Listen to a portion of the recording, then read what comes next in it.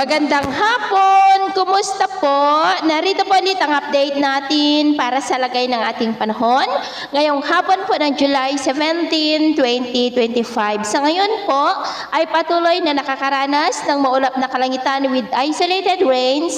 Ang malaking bahagi po ng ating bansa dahil yan sa pinagsamang epekto ng lumalakas ng habagat sa kanluran at bagyo na nandyan sa silangan ng Luzon. Nasa kasalukuyan ay nasa silangan na po ng Central Luzon about 531 km east ng Polillo Island.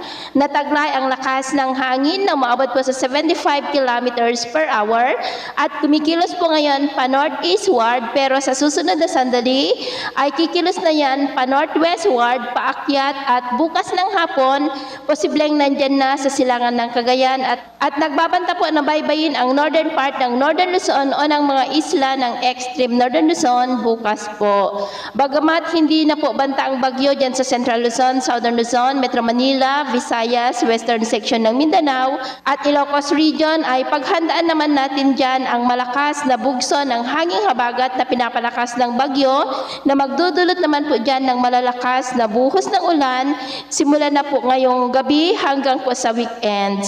At sa ngayon ay nakataas na po ngayon ang Tropical Cyclone Wind Signal number 1 sa southern portion ng Batanes, sa may Sabtang, Ivana, Uyugan, Mahataw, Basco, Cagayan, kasama na po ang Babuyan Islands, Isabela, Quirino, the northeastern portion ng Nueva Vizcaya, sa may Kasibu, Quezon, Bagabag, Jadi, Bayombong, Solano, Ambagyo, Villaverde, the northern portion ng Aurora, sa may Dilasag, Kasiguran, Dinalungan, Dipakulaw, maging po sa may Apayao, Abra, Kalinga, Mountain Province, Ifugao, Ilocos Norte, the northern portion of Ilocos Sur, sa may Vigan, Santa, Kawayan, Bantay, Nagbukel, Narvacan, Cabugao, San Juan, Sinait, Magsingal, San Ildefonso, Santo Domingo, San Vicente, Santa Catalina, maging sa northern and eastern portions ng Catanduanes, sa may Pandan, Bagamanok, Panganiban, Viga at Gigmoto. At dahil naman po sa habagat ay cloudy skies with isolated rains ang nalalabing bahagi ng Ilocos Region, Cordillera, Central Luzon, Metro Manila,